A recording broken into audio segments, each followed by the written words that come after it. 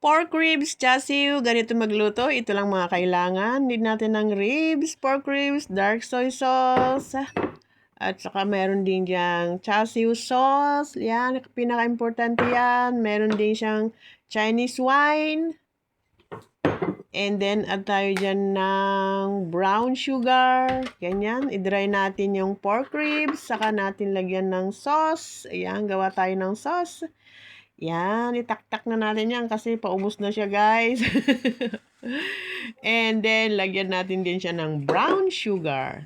2 teaspoon lang ilagay ko dyan, guys. Pero depende pa rin sa inyo kung ilan ilalagay nyo. Lagyan natin ng Chinese wine. Medyo maraming lagay ko dito kasi mas madaming Chinese wine, mas masarap talaga siya. Promise. Ayan. And then, maglagay din tayo dyan ng dark soy sauce.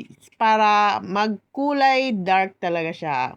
Ang kulay ng pork ribs natin. Ay, nako, ewan ko. Pautal-tal.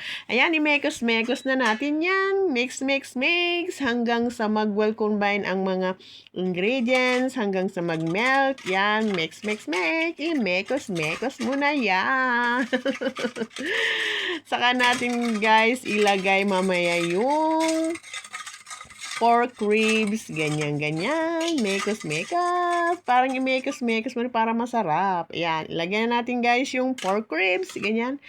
Ihalo-halo mo siya, parang maghahalo ng pagmamahal. Halo-halo, tsa-tsaran. Ganun lang yun guys, di ba? Parang pagmamahal yan. Ayan, hanggang sa ma-coat na yung pork ribs. Tapos, i-marinate nyo siya guys ng 2 to 3 hours para ma-absorb ang lasa. And then, reheat the oven 180 degrees for 35 minutes. Depende sa laki ng inyong pork ribs para maluto ng maayos. Ayan na. And this is it. Well done!